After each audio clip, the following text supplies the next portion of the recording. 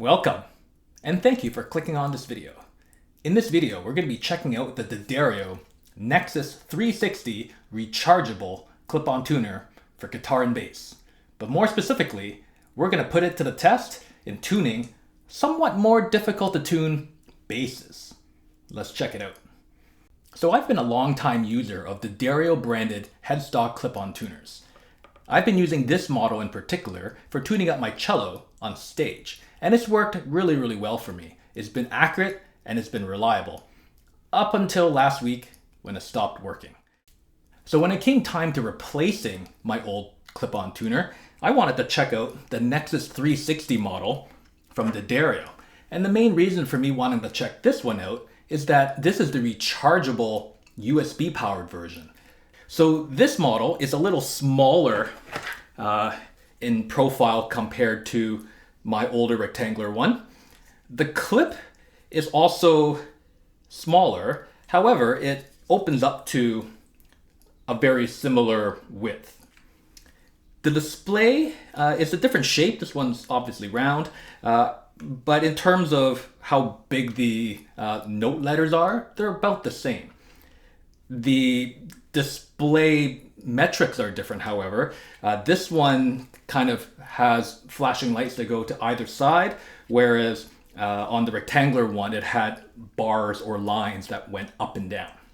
Now, clip-on tuners historically have always kind of been a little hit and miss with bass guitars, and I think that's just because of the lower frequency and how well those vibrations transmit through the neck and ultimately into the sensor of the tuner. So today, what I've assembled for you are a group of basses that I have historically had some accuracy and some kind of wobbly tuning issues with other brands of clip-on tuners. Unfortunately, I don't have any of those other models to kind of A/B it with, but we're today going to see how accurate this tuner is to a few reference tuners that I use on a day-to-day basis. Now, for clarity, I'm not saying these are the gold standard for accuracy. I'm just showing these because these are the tuners and devices that I use on a daily basis. So we're going to compare this Nexxus 360 to the tried and true Boss TU2 pedal tuner. We're also going to compare it at the same time to my trusty Line6 Pod Go. And we're also going to use the Logic 10 Pro built-in plug-in tuner. So without further ado, let's tune up bass number one. So this is a full-scale 34-inch Fender Precision bass. It's from their Player series. And this one is currently strung with GHS flatwounds. So this bass is currently tuned in E standard. Let's turn on this tuner. So right off the bat, I will say this tuner powers up much faster than the rectangular model I have been using. And in terms of screen brightness, it's pretty bright. Let's plug this bass in to our reference tuners, and then we can see everything in real time. All right, let's tune this bass up. So volume's all the way up, tones all the way up on this bass. So that's tracking the note pretty quickly. Let's get that below pitch and then we're tuned back up. So I have three green lights there. Let's do a next string.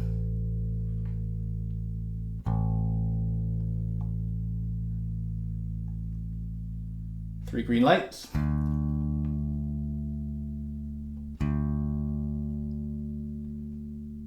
Three green lights.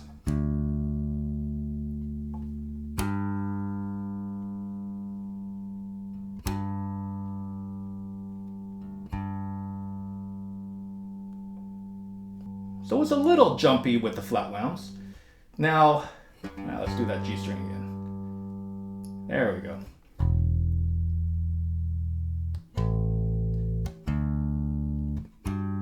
So three green lights on all four strings. Now let's look at the reference tuners I have set up. So the Boss TU2, the Line6 Pod Go, and the plugin in Logic Pro.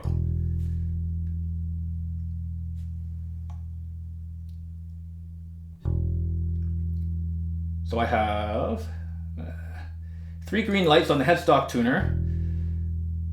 It's reading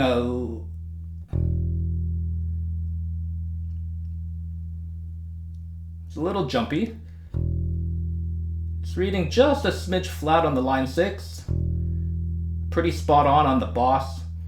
And pretty spot on the Logic Pro plugin.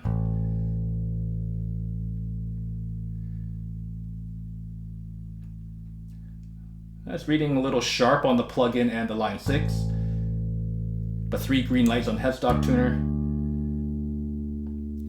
Spot on Logic X, spot on Line6, spot on the Boss. Little flat on the plugin, little flat on the Line6. Pretty spot on the Boss. I should also mention that everything is currently calibrated to 440. So it's a little jumpy, but probably will get the job done. Let's try another bass.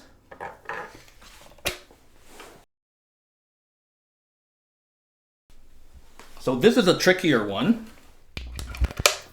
It's a 5-string, but more importantly, I have this bass tuned down an entire tone.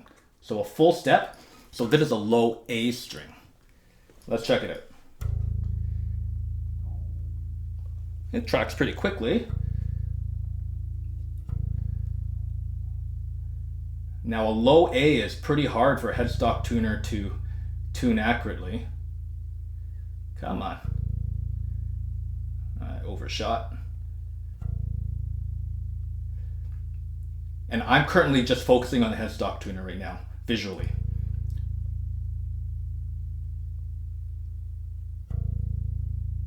So it's pretty jumpy with that low A. But that might be as good as we're gonna get. So if you look at the plugin in Logic Pro, that low A is within a few cents, is pretty close on the Line6 and is right on the Boss TU2. But it's a little jumpy on the headstock tuner. Let's go to the next string. So this low D. Overshot.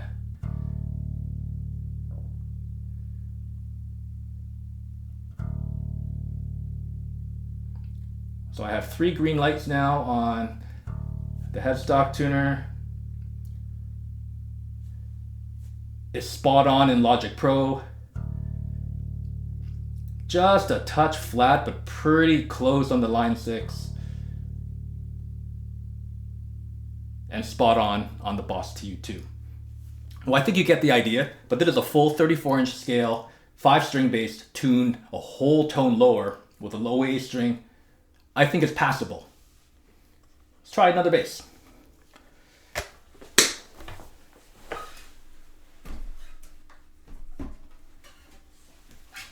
So this is a G&L short scale Fallout bass from their Tribute series. And I currently have this bass strung up with round wounds, but tuned to D standard. So this is a low D string. All right. Let's check it out. That tracked a low D pretty quickly.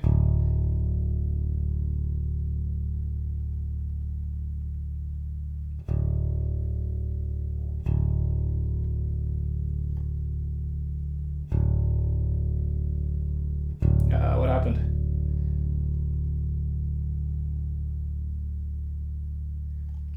There. Low D. It's a little jumpy, but that might be as good as we're gonna get it. Logic Pro, 3 to 4 cents flat. Just a smidge flat on the Line6 Pod Go. And pretty spot on. Well, it's a little jumpy on the TU2.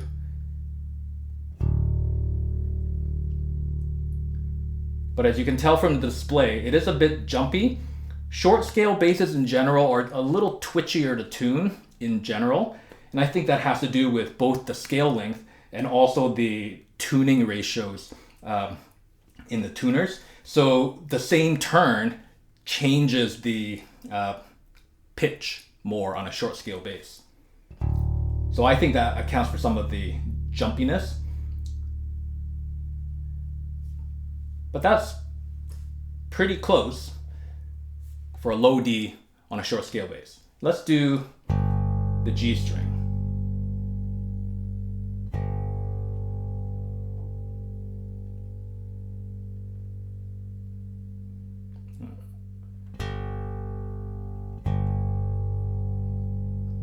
It's a little jumpy, but 3 green lights.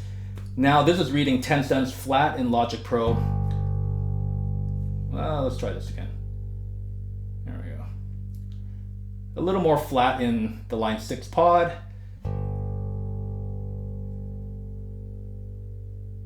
And it's pretty jumpy on the TU2 as well. But generally reading flat. All right, well, let's now try a semi-hollow bass.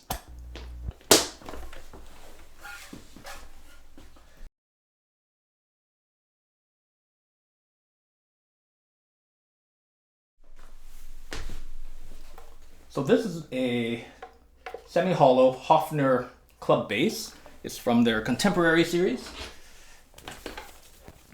Now, what I've historically found is, due to the resonance of the body, it really has a way of confusing tuners. So let's see how it does with the Nexxus 360 today. Oh, it picked it up pretty fast. And I have this bass tuned to E standard. So let's bring that up. Now I find the tuning pegs on this Hofner to be really temperamental. So this Hofner is kind of hard to tune on a good day. There we go. We got, just have to nudge it. 3 green lights on the D'Addario. That's running 9 cents sharp on the Logic Pro plugin. And it's also running sharp on the Line6 and the TU2. But you have 3 green lights on the D'Addario. Interesting. Well, what are the good things about this Nexxus 360 tuner? The size is tiny. You could hide this behind your headstock, and people from the audience probably might not even notice that you have a clip-on headstock tuner. The display, as hopefully you can see from the video, is very bright and should be visible on dark stages. The metric reading is pretty intuitive tuner. Lights to the left, you're flat. Lights to the right, you're sharp. So that's like most other tuners out there. It powers up and displays really, really quickly. You can change the calibration in a wider frequency range compared to my last D'Addario. But in all honesty, I never used that. I only ever tuned a 440. But if you were wanting to tune to a different frequency, you could easily do it with the buttons on each side of the power button. But I think the biggest selling feature is the ability to charge it via USB. So in the box, you do get a pretty short micro USB end that clips into the back of the tuner, like so. And then this is USB-A that you can, well, at time of filming, most phones now are USB-C, but if you have some old chargers kicking around, that's what you're going to need to use for this one. So specifically in the application of tuning electric bass guitars, and I specifically chose these instruments today because they've always been a bit on the finicky, twitchy, jumpy side for most tuners. You can get them in tune. It's just trickier and more difficult, especially on the Hofner, where these tuning pegs are just not particularly precise. I do find that the Nexxus 360 is a bit on the jumpy side compared to the tuners I otherwise typically would use. Is it accurate? Within plus or minus 5 or 6 cents? Probably. So would I recommend it purely from a form factor and the ability for it to be rechargeable via USB? Absolutely. Now, I've only had this tuner for a little while, so how long will it last for and how many charges will I get from it? That remains to be seen. But I do like the super bright display, and it does power up and track relatively quickly. I will say it tracks quicker than my other previous headstock tuner. It's hard to tell whether or not it's any more accurate, but it works. So this is an unsponsored video. I'm not telling you what to buy or what not to buy. I'm just sharing my experiences. So here's a Nexxus 360 headstock clip-on tuner. Thanks so much for watching this video. Catch you next time. Peace.